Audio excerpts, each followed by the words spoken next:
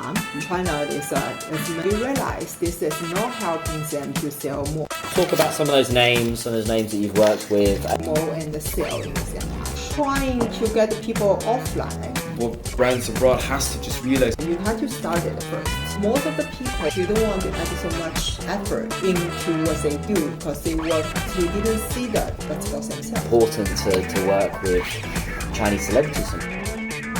Welcome to the Panda Profits podcast with me, Daniel. And me, Simon. We have a very special guest today. We have Miss Saki Shen. Welcome, Saki. Thank you for invite me here. And we'll do a quick intro. So, Saki, you're the founder of Moyell, or in Chinese? Brand Planning Company, specializing in the use of innovative, creative content to enhance brand image and engage consumers. Over 15 years of experience in fashion brand advertising, creative production, more than 6 years of expertise in digital marketing, primarily focused on the Chinese market, although I know you've worked with some international brands as well, like Ted Baker, bit of British in there, Etro, in localizing their presence in the Chinese market, and also some interesting brands like Live Baby, Toddler Food, Jodoll Menswear, Missme art jewelry. Wow. We need to get some Nordic brands in there. Like we're sort of missing out. Yeah, and something that is interesting is in the last year, Saki has embarked on a new entrepreneurial journey. By concentrating on the health and wellness sector, where she's gearing up to introduce a new sports and health brand named Sweat Planet. Furthermore, Saki has ventured into social media. 10,000 fans on Little Red Book, impressive. And providing substantial support for her personal brand. So thank you so much. Welcome to the pod. It's my pleasure to be here, and it's actually a very interesting experience for me because I love to see like what is our topic about. Because as Daniel mentioned to me, this is a topic about the Chinese market in China, like a Chinese market for the most of the new brand or like for the foreign brand. This is quite interesting things like this is new trend. Yeah, really interesting, and I think you're doing a lot of. Not only creative, but really, really impactful things in the space. And I've seen it firsthand, so I'm really, really excited. Do you want to add anything to that intro? Anything else that I missed? Maybe talk a little bit about your background. This is pretty much everything, and but I think this is quite since you was speak about my the kind of our history, and I was kind of remind me how we grew, like how I grew as a kind of like how the Chinese market, like advertising market, like grew. Because I've been working with production house, like advertising production house for long time ago, and that was like 15 years ago. That's only we were at that time. China is mainly you do advertising in China. This is like you do the pay media. You do the big campaigns, the big TV shows, and you pay for those like advertising on the maybe on the on the mall. You can see with the big pictures or like the TV, and with those things we do the contents and we film that. And this is the time that actually Chinese market is like less products than consumer. Because like this is like whatever you product, like you do the product and people will buy it because there's no many brands. And since like a lot of like e-commerce is coming to the market, and like a lot of like small brands are doing, and the people was like focusing more into the online market. That's how I switch actually. This is why I start my own company. Like Moyell, like from 6 years ago, where I start to doing, because I realized you cannot do it. It doesn't make brand so much profit if you do like big campaigns, like a big TV show, like TVCs, and this is because we are using like ROI, right? And this is something like we need to do something actually helps them to sell more. But actually we realize this is not helping them to sell more. If this is not a sustainable business, I don't think this is like something I should focus on. That's why I started my own business to doing the digital marketing for the brands. And this is now this is 7 years. actually. We've done that for 6 years already. And we have been through a lot, for example, like the live streaming. I mean, the digital space have changed a lot in the last few years. Yeah. Like for the last few years, we first do the contents and we do the live streaming. There was a big change of the live streaming market. Everyone was doing live streaming. Then we have the Li Jiaqi and we have the Mia and we have those. First is Li Ziqi, right? So who is Li Ziqi? Just to introduce to our audience. Li Ziqi is a big web celebrity. Her content is about her making food from the mountain. She's been living in mountain. She even have her noodles brand called like 螺蛳粉 brand. Oh, 螺蛳粉, the chou, the smelly. But it sell very well.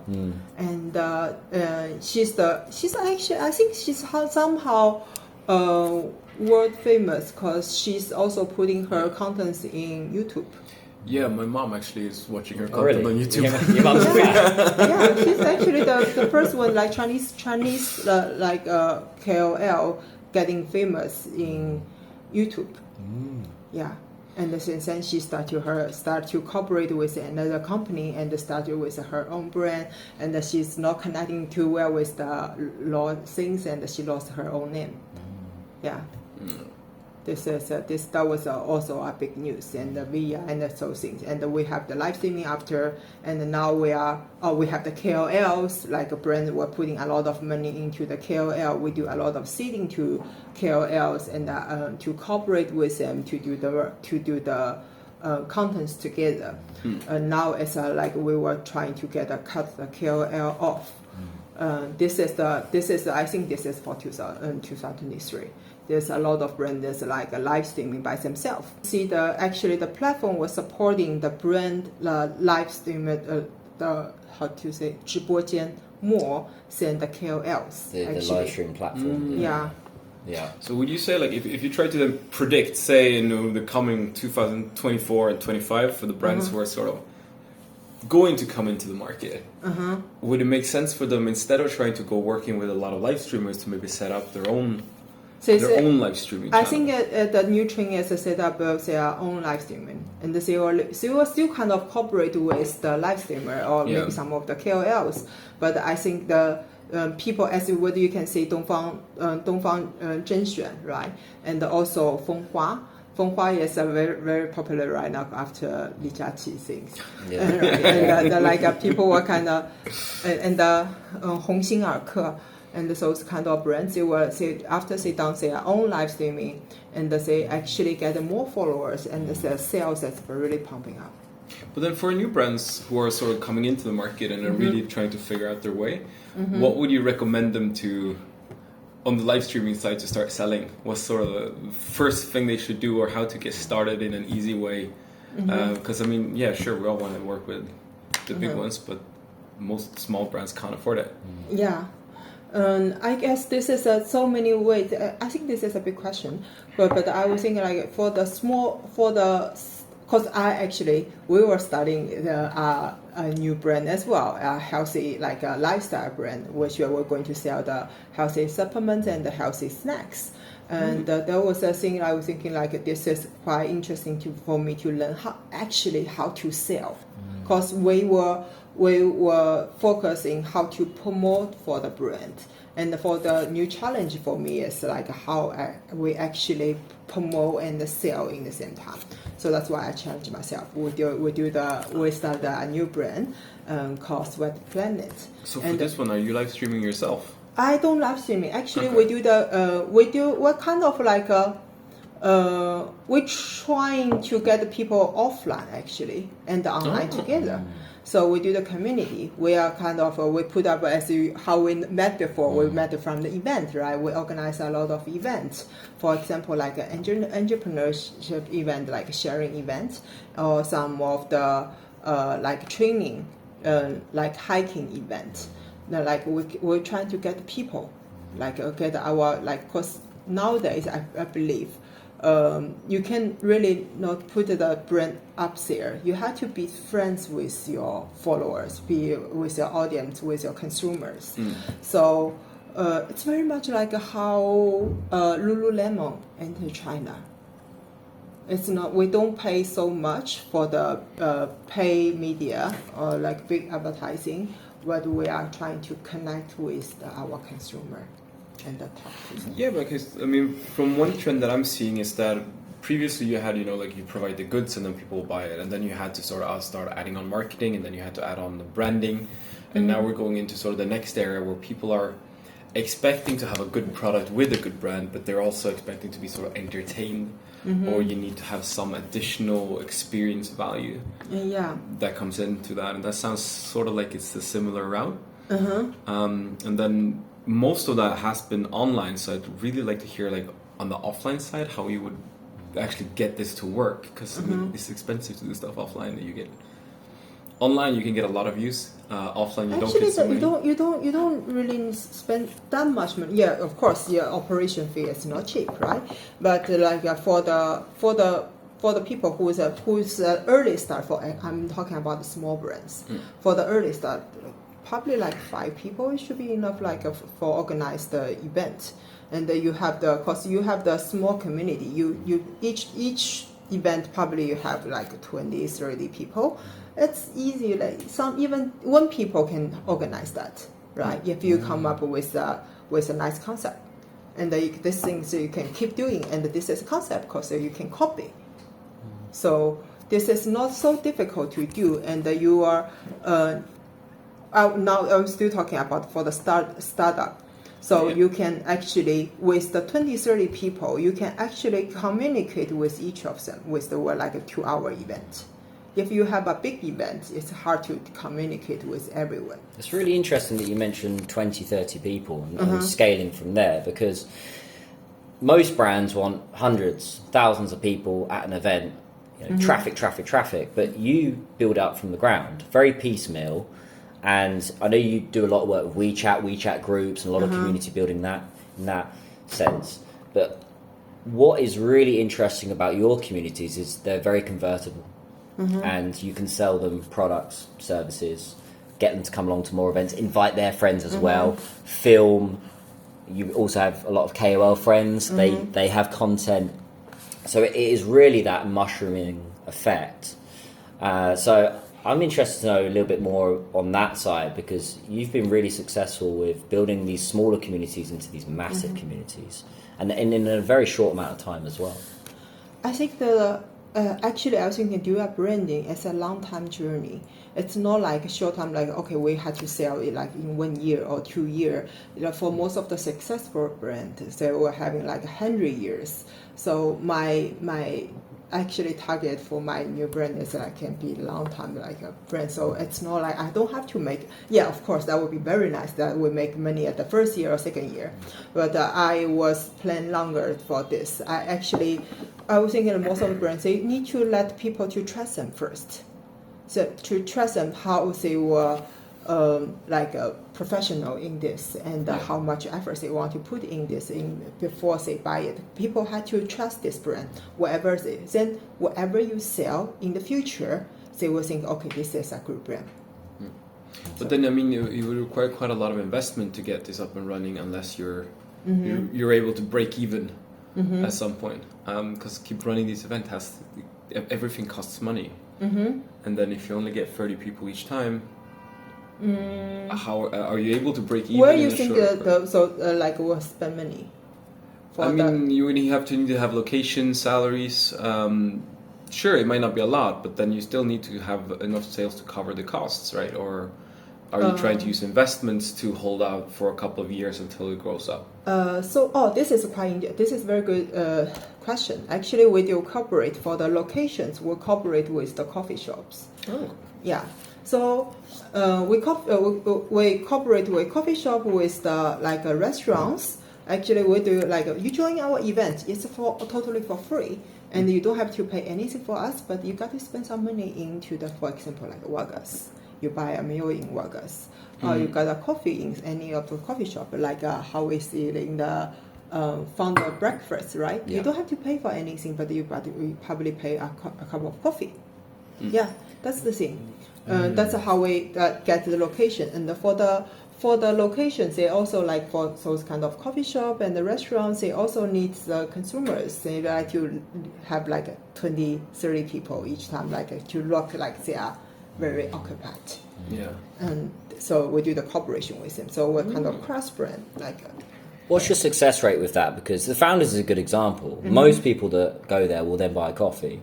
So are you going to these companies or these coffee shops and saying, look, we can guarantee 60-70% of the people here are going to buy a coffee? Or because that's not too bad as far as money. We have some of the people who like the restaurant owner and the coffee shop owner like to cooperate with us. For example, now we are cooperating with Dao Cafe, which is in Xintiandi, and also another one, Runshe, is on the Bang. So we have those two locations. Like they even have the meeting rooms for us. Like you can even put your PPT and projection on the wall. So it's quite nice. So you don't spend that much money for the location. You don't spend money, right? And for the people, for the operation, of course, I have to pay the salary to my staff. But this is also using, because we are early investing in this, because that's like we take maybe once a week or twice a week, because before our product is not ready yet. So we still have time to do that before it gets ready. We just kind of start to letting people know about it before it starts.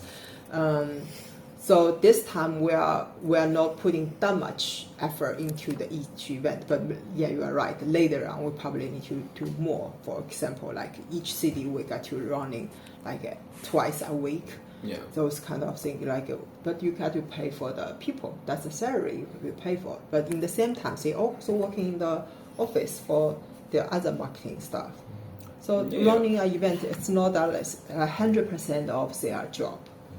And later on, we have because the reason I start this brand is about we have a partner who's doing the food business for a long time, for 27 years, kids food in China, and also they are the suppliers for some of the national team, like a sport national team in China. They actually have those supplements to give it to sell it to the sport team, which is 2B, but we are kind of using the same ingredients to put it to C, to customer. That's how we do that. And in the time, they have the service. They have the customer service already.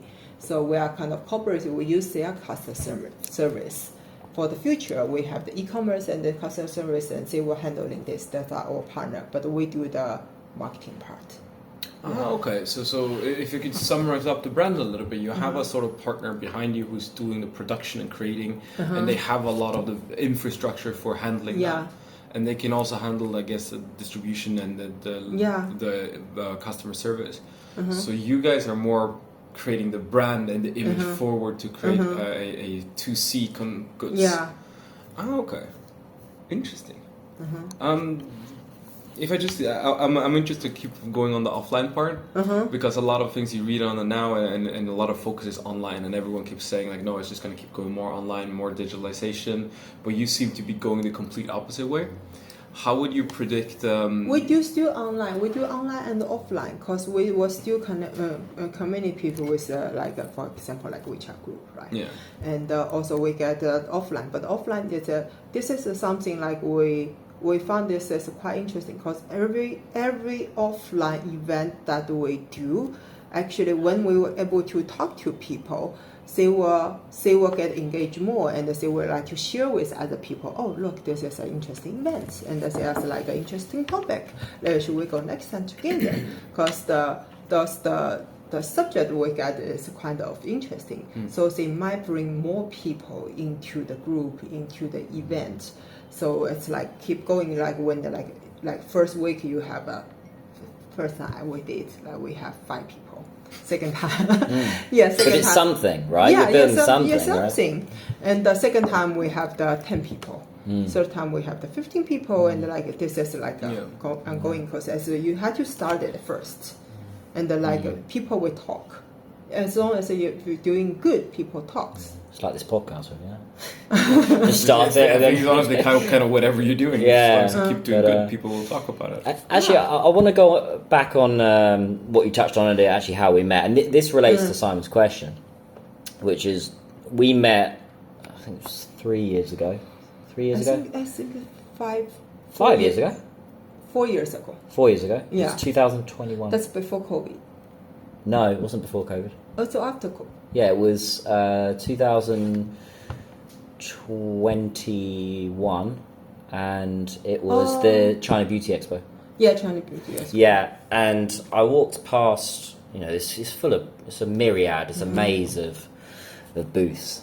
And I walked past and I see this big pink thing in the corner. I was like, what is that? And I see this very professional lady, very, very pretty lady, standing there and obviously got the confidence and you were one of the only people that day that invited me in. Mm-hmm. Most people just sat there on their phones, just not really doing a lot. And the other thing I noticed, I won't mention the brand, but it was quite a well-known brand, a cosmetics brand, wasn't it? French cosmetics. And what I noticed was the foot traffic. Mm-hmm. There was clearly a lot more foot traffic coming in, asking about the brand. You had the bags ready, you had the personal touch, which was really interesting. And as soon as I met you, you were very welcoming. We've been friends ever since. We've done some things together as well, a few little business things here and there. We did an event together. So I think it'd be good to dig into that on the event side, on how you've been able to set up an event and clearly get foot traffic and then people to buy a product or service there and then, or when they get home, follow the brand, buy the product, because that is really where a lot of value lies in your business, where a lot of companies fail. I don't know a lot of companies that really have conversion when it comes to setting up an event and then actually converting, and very quickly, converting on the day. So talk a little bit about that. Yeah, this is actually like really like you had to talk to your team first. Like for example, like when you got to our booth, right? This is you were actually like you do the introduction of yourself. I'm a KOL and like I'm here for. This is very good. So we actually know who you are. And I was like, we have a meeting before it starts. Like I just tell everyone that you have to be welcome to everyone, and we have to push the people. We have the models who's working in there as well. This is not from our team. We just hire them working for the event, but we also have a meeting with them before and tell them like to do the training to let them know what we're here for and what's the brand image. So if they have any small question, like anyone have any small question, like where this brand from, those kind of basic question, they'll be able to answer it. And for some of the professional like answers, then you can tell the stuff that like get it to them and they will answer it. But no matter what it is, you have to be smile to people, and you got to be welcoming to people. You don't have to. You cannot put any attitude like we're just here for no arrogance. Yeah. So this is training we got before, and also for the stuff that they had to know we need to get the traffic in the booth and let more people to know about it. Everyone has. We actually even wrote down the things like what the people might ask, what the people like what is the small introduction for the very short sentence, like what's a small introduction that you can tell them what kind of brand it is. So even people just walking past, they will still know, okay, this brand is doing this. This is quite, So this is for the people passing by, but for people who is more interested about it, we are welcome to them. Like we get a photographer, because everyone like to have a good picture. Like some of the people they don't like to take picture because they don't know how to take picture. So we make the little parts like to make them like they are not feel awkward. For example, what we did for the brand, like another brand, and we have something say holding the hand. So and also some of the cute stuff they can like whoever put that on the head or whatever things that makes it look better, look more interesting. We have the professional photographer working on this, and also we have a live streaming, like a photo live streaming. We have a people behind in the office. They will do the little touch for the picture before you post. So when we take a picture, they already retouch the picture like a few seconds later. It's real time, isn't it? It's instant. Instant. It's like every 15 minutes, every half an hour, 15 minutes, let's say. Like they will get the picture back to there, and the people will already see, and they will say, "Oh, my picture actually looking good, so I like to share it," because we're done the retouch. We're done the retouch already. Yeah. So they won't feel like, oh, I don't look good. So as long as people feeling like say having a good picture, they like to share. Yeah. It's clearly a military operation. You know, you're clearly, and you're training almost like little salespeople. You know, guys and girls that are getting out there and they know the brand, they're representing the brand, but they're not. I noticed this when we did some work together. We worked with a British skincare brand at the last China Beauty Expo, and your team, the models could have just stood there all day, you know, with a plaque, but they were pulling people in. And they were talking about the brand, getting people to scan QR codes and follow there and then, taking photos. Well, your photographer as well. The photographer could just sit there all day and just take photos. But he's a BD manager as well. He's marketing. He's bringing people in as well. So that's what I was really impressed with. It's, you know, a lot of people are not doing this when they go to these expos. And they just have their booth and they sit there and expect their brand just to explode off the page, but you've got to get yourself out there. It's almost like you're a door-to-door salesman, but at an exhibition. So that's what's really, I think, your USP above everybody else in Shanghai and China is you get yourself out there and you have that personality. People buy from people first. People, if you present the brand, they're going to trust you. They want to buy from you, and that is very unique, and sales are just going to fly. I think that from my view, at least, what it sounds like is that you're able to get your staff and your booth into more of an active sales role. One of the issues, because we worked with a few chambers and then different sort of sales organizations, is that they don't have active staff. It's basically become they are waiting there. If someone comes into the booth, they'll talk to them, but they will wait until there's a buyer who comes to them. And changing that from having people just sitting and waiting for people to come to actually getting very much more active. That is a big challenge for a lot of brands and pretty much anyone who's doing I think so, but it also requires a lot of communications. Because like most of the people who was working in my team, and they've been working with me for a really long time, we had a lot of discussion. And I was trying to find that this is quite important, like everyone finds their seat. Like everyone, they would know that what they were valuable for this brand. But I guess this is for the smaller team, because we are not a big team. For the bigger team, that operation might be more difficult. For the smaller team, that I can still talking to the people like each month, like we were talking about what do you want to do the next and those kind of things. So you know, like where they, what they're going to get in the future.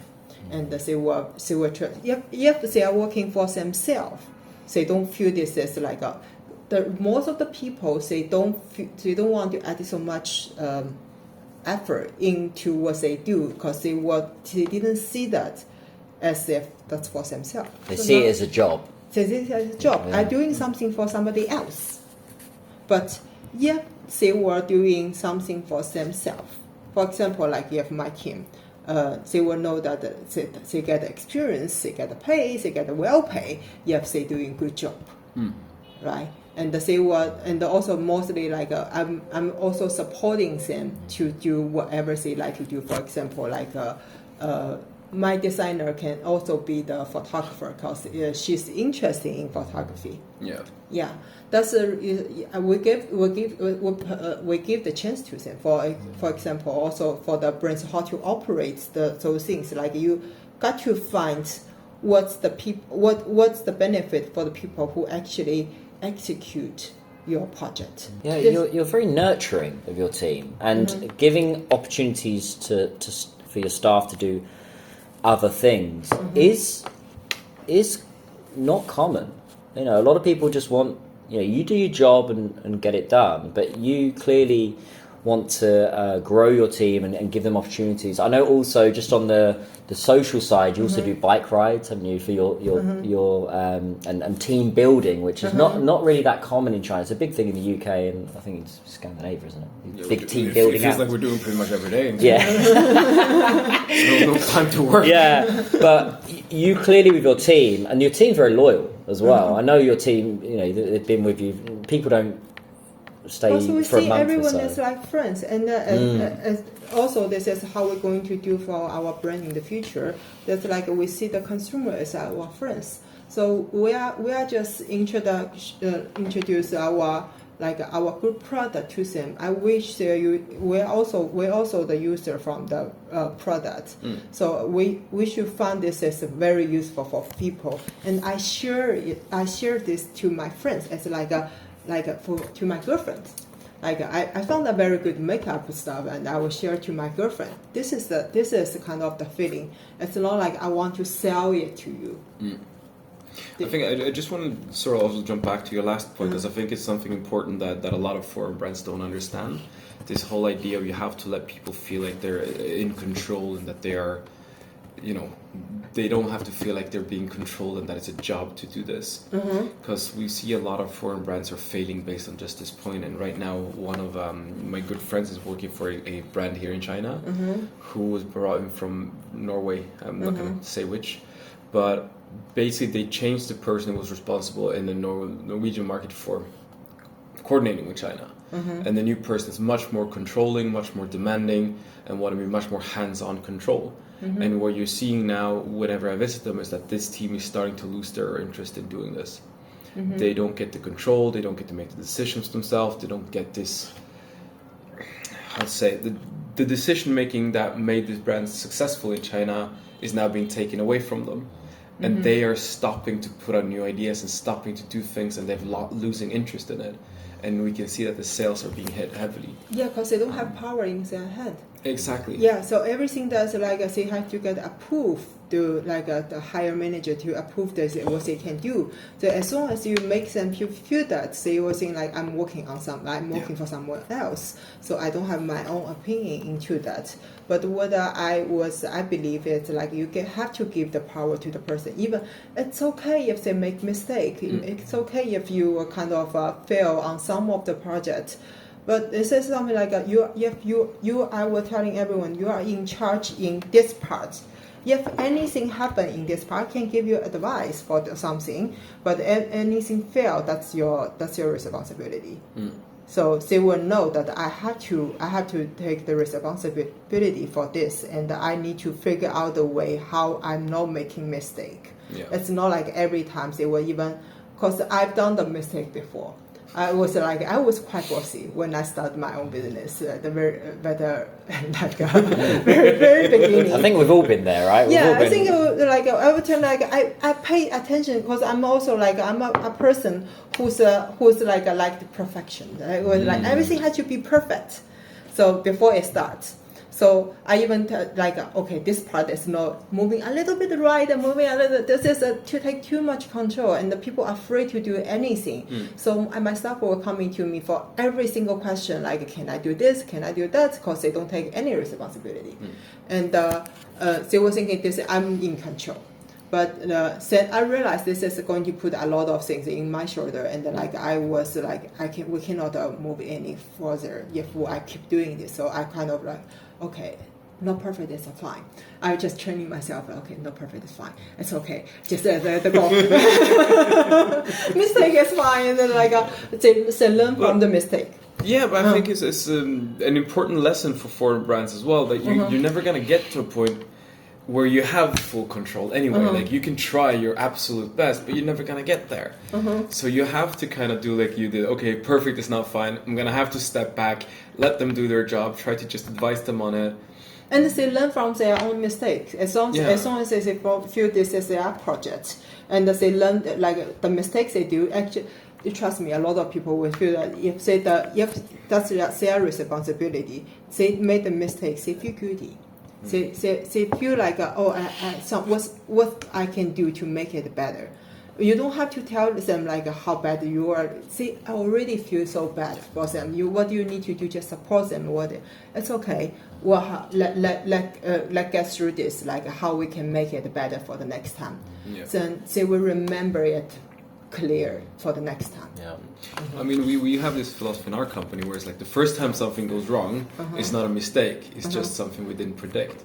If it happens again, then it was a mistake. So when something goes wrong the first time, we just need to, then we need to figure out how this is not going to happen again. Yeah, and for the each brand, I think like it's okay that I think that's why I love you guys. So you're talking about like let's just start it like no matter this, we learn from each step. We just let it go first. Even the first one, I'm sure most of the people they won't be the perfect at the first time, right? Nobody, even like there's no perfection. No, you are. Don't Yeah. Yeah, but you don't learn from the first step, but as long as you had the first step, so you know if you were wrong or right, you kind of test the water, right?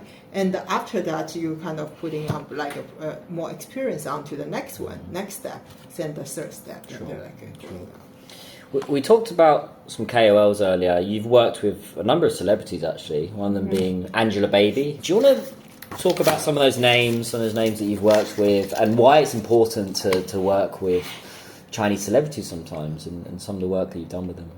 Yeah, this is actually we got those kind of connection because we do filming for the advertising for a long time, like 15 years, right? So we know those celebrities, and we know they are like a manager, or we know the for the magazine, for the stylist. So we'll connect with them to promote the brand. Like we do seeding. We're actually not doing like they are not like putting.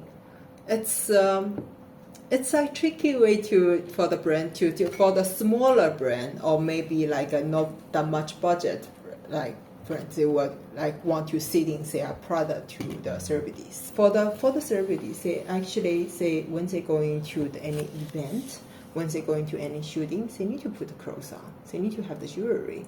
They need to make them looking good, and we are helping them to looking good in front of the camera. So we know a lot of brands who whatever they were trying to do, like, for example, I want to have looking good in sporty. We have all the sport brands. So we can send it to them, or have the jewelry. I want to go to an event. I need to have a nice jewelry, and I can send them very good like art jewelries. Custom-made jewelries, very expensive jewelries. They can wearing it and make them looking good. So it's a kind of beneficial to each part. So like for example, if you're a small brand, I mean, first you need to have the network to get to these people, but then you can, if you're able to give them some sort of different value, like you don't absolutely have to. I only pay you in money, but I mean, I guess this is sort of the same back in Europe, where we have brands that are working with celebrities where they don't pay them in cash at all because they can somehow provide some other kind of value for them that is more valuable. Yeah. For example, like if they were doing this to represent the brand, that's of course it costs a lot of money. But you can also say that some of the brand can also say, well, which celebrity using which product in where. But this is also good for them, a good face for them, right? And this is also for the consumers. They were thinking, if the celebrity were choosing that might be a good quality. Right? Do you think it's possible then for a new brand? Because I mean, I get this a lot from new brands who are coming in, like, we want to find a celebrity to work with and blah blah blah. Is it possible for them when they come in here to do this in a reasonable way, or is it you really need to have the network and have the connections here? To do something like that?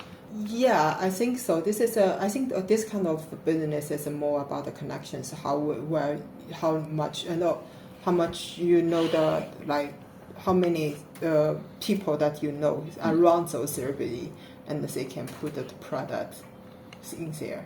Yeah. This is quite important. So we are kind of the agency who's doing this. Most of the foreign brands will come into our agency like, we want to sit in this. We can even put it into the like movie. some of the movie, you can, well, like for us, we were talking here, I can put that coffee here. Is that normal? This is very normal. Of course, it's a product replacement. A lot of brands are paying for this. But you cannot, like for some of the movie, you don't have all the advertising behind, right? For sure, you will find some of the places. And it's flashed for a couple of seconds. It's not there for a minute. It's great. We're just gonna start filling And the what tables they with need bread to and just stuff. need to have the screenshot of the thing. That's it. That's it. Yeah. Can you name some other celebrities that you worked with and the kind of work that you did with them? For example, like Angela Bibi, I just mentioned that before, and it's very interesting story about Gao Ye.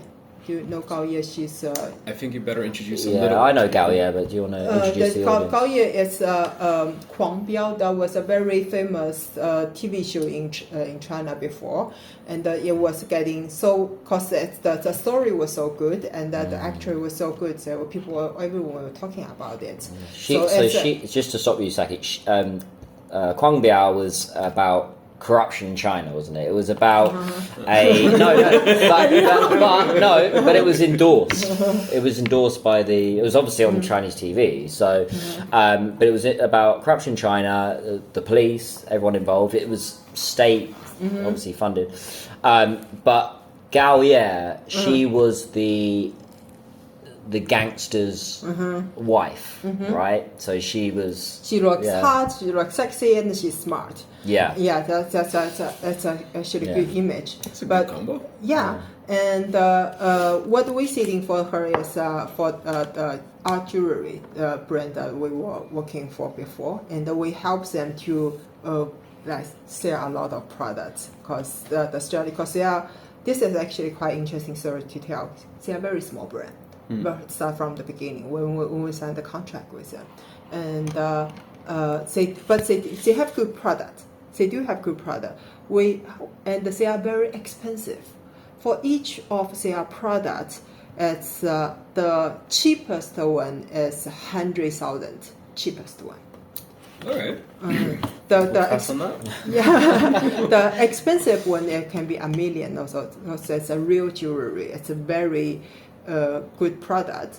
So we was like how you can sell those things, like how, because we cannot put it, live streaming is not working for them. Nobody is going to, at least not that much platform that you can sell those kind of high price products. So we had to make them looking good, like people were trusting them. That was the reason we start with the celebrity marketing for them. We use our connection, like we were kind of sitting to the people who are celebrities who want to go into the event, or they are doing the TV show, or they are shooting for the magazine. And for Gao Ye, we kind of know she's going, because we know the manager, we know the team behind her, that we know that Kuang Biao is going to be pop, and they're going to promote a lot of things. This is a kind of like investment. Where it's like we're trying to invest in this, which believe that it's going to be big later. Yeah. So actually, we've been talking to the team 2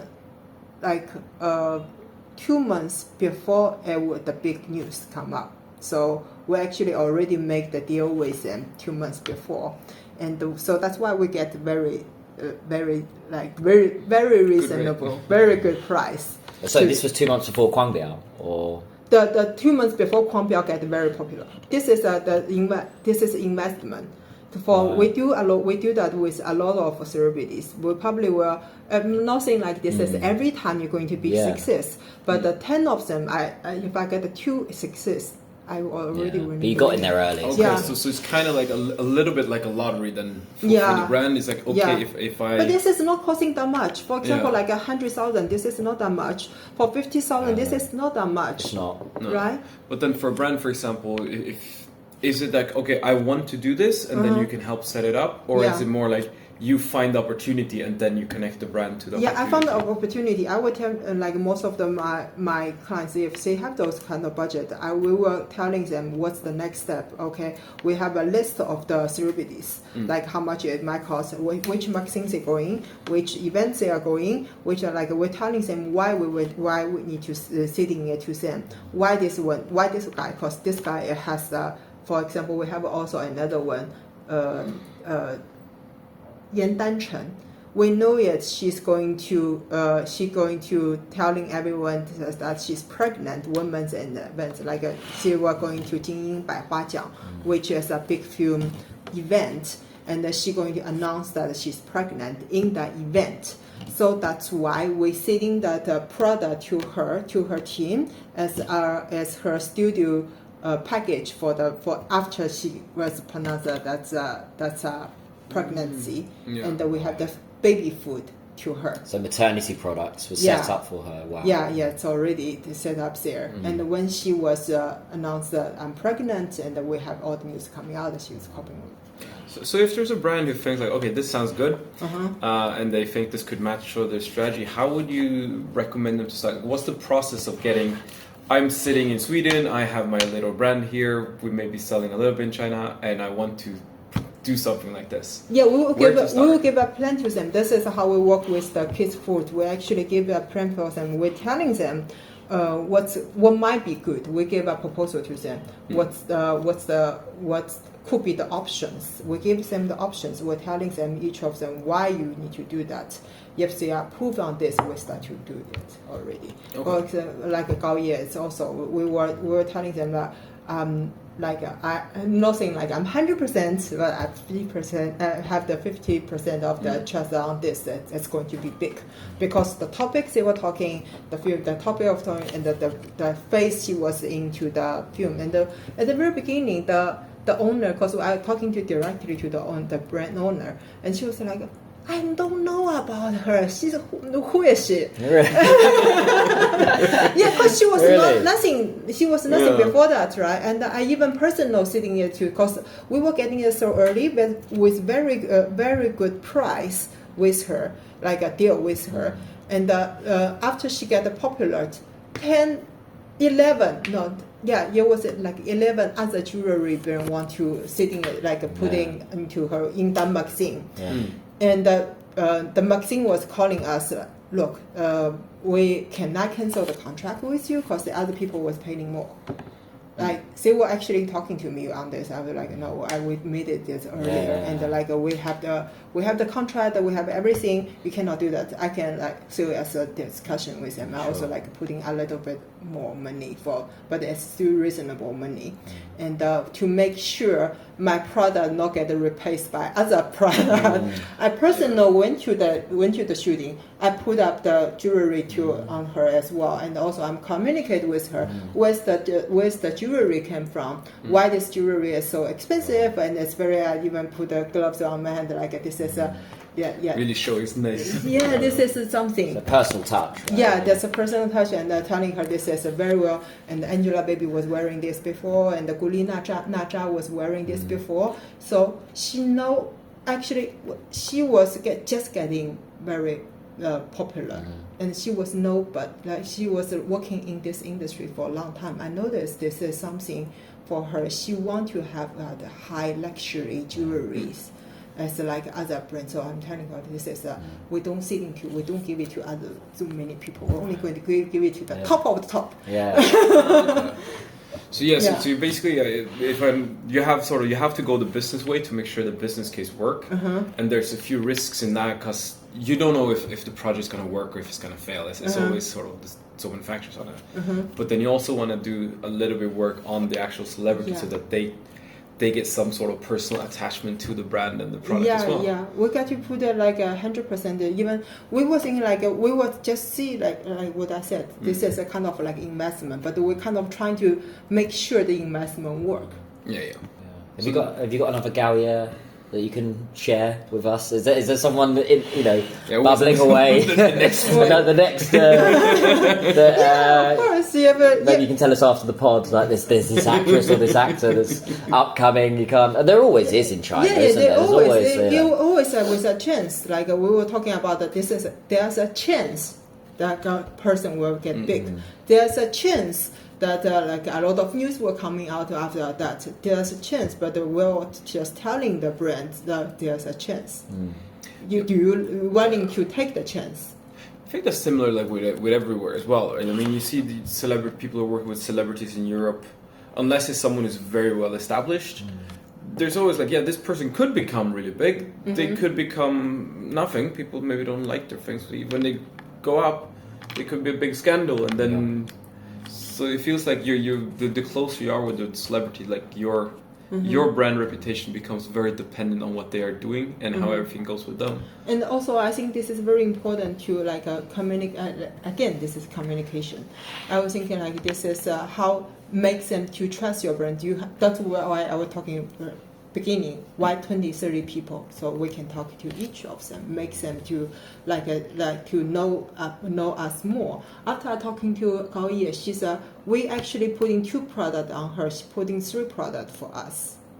After I talked, but yeah, this is about communication. And you believed in her as well. I think that's the other thing. A lot of brands, you were there early on. You clearly wanted to nurture that relationship. It doesn't just sound like it's a business thing. And that's what I picked up on today is you've really created a friends business, right? People trust you. They want to do business with you. And any brands that come your way, of course, Gao Ye is going to be front of the queue, right? So it's really, really interesting. Saki, I wanted to obviously sum this up now. Some key takeaways for some brands. Obviously, we deal with a lot of European brands, American brands, Australian brands.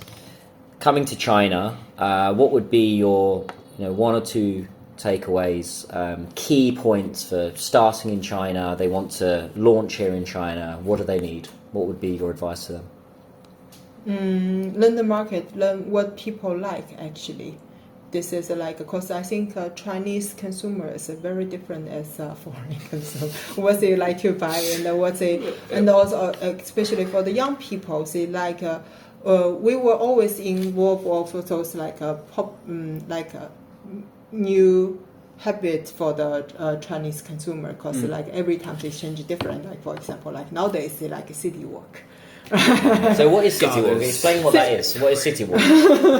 City walk is like a kind of like you're going around in the city with some of the tour guide, kind of like tour guide, but not really tour guide events.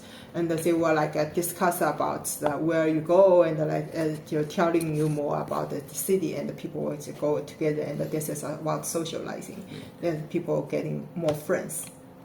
In there. Or some people they don't want to talk. City, yeah, they just work. They just walk around the city, know the history, know the.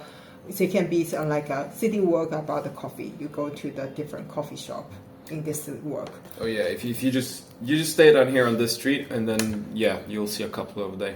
Yeah. And like say even you train about city sleep. Say sleeping on.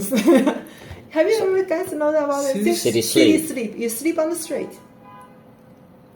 No, that I have not. No, we do that in London, but we call it another name. So I don't know. City sleep. So please. Yeah. You just set up something like on the street, and it's like a kind of sofa or like a sofa bed, those kind of removable thing, and they can just chill there and talking to other people.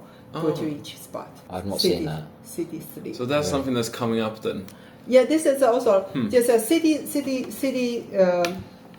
walk, city sleep, city bike, city whatever things like. Wow. I don't know, because one of the things that I feel with all of these trends, because it's always so many new ones that are coming up. It feels a little bit the same like with the celebrity. Like if you get in early on a trend. And it takes off, that's great for you. But it's also if you have 10 new trends coming, like city sleep, city walk, I don't know what else. You got to, so that's why this is a very important. You have an agency, we have a local agency, or maybe like a local team that help you out to catch the trend. Because people was living abroad, they don't know what's happening in here, right? Yes. And in China, this is like Chinese beat. This is like every month there's something new. I would say even us living here as foreigners, we try to, and I think we are quite integrated compared to a lot of other people. It's still like there's a barrier. Right?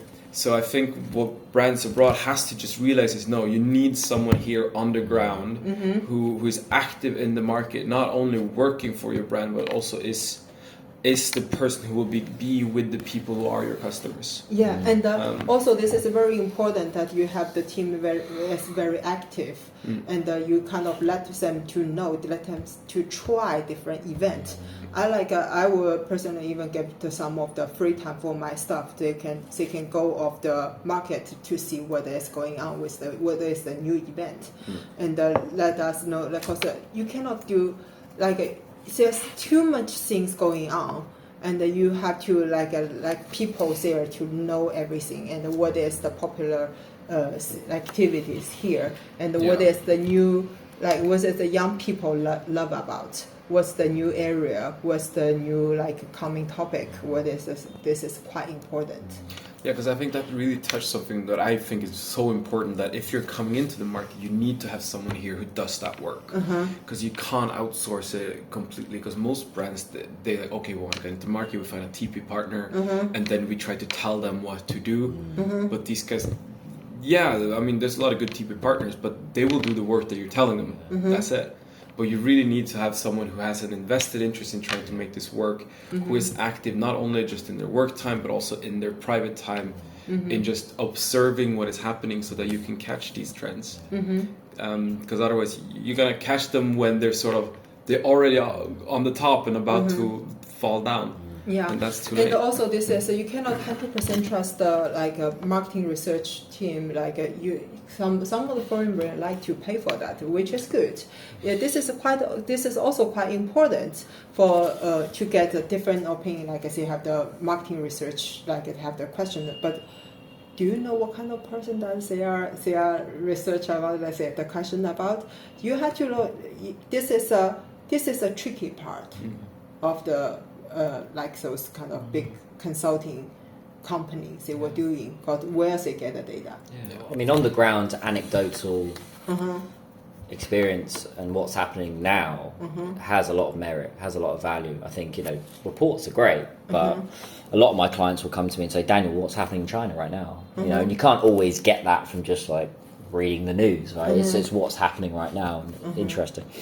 And the market research is going to miss out on a lot of that. The market research, in my opinion, is definitely has its place, but for this, it's just too slow. So you need to have this. Okay, I have observed this now. Okay, good. We need to act on it this week. We don't have time to do market research on it because by the time the market research is done, it's too late. Yeah. Saki, where can people find you if they want to get in touch with you? Do we have an email? Do we have a website? Do we have... certainly they need to follow your Little Red Book. If they want to follow your Little Red Book, what's the handle? Saki, you can just find it in the Little Red Book, Saki. And my email, can I say my email? Yeah, of course. Moyell, Moyell, the little... Saki and Foxmail. All right. Excellent. I think we'll put that in the description as well, so it's easy to reach you. Yeah. Great. Thank you so much. I've learned a lot. It's been fantastic. It's been a pleasure. Me too. Yeah. And I love to discuss with you guys more about the market and everything. Yeah. We hope to have you back again. It's such a pleasure to talking with you guys. I mean, for us it's very nice to have you here because you have a lot of experience that we don't have.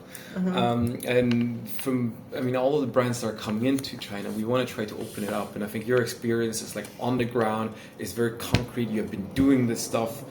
You have a lot of ways to, how can you do this cost efficiently? And that is something that I think more brands need to learn how to do because you're competing so heavily in China. If you're spending all of your money on the wrong place, you either have to find more money or you're going to lose. So I think that's really good advice for the brands. Thank you. Yeah.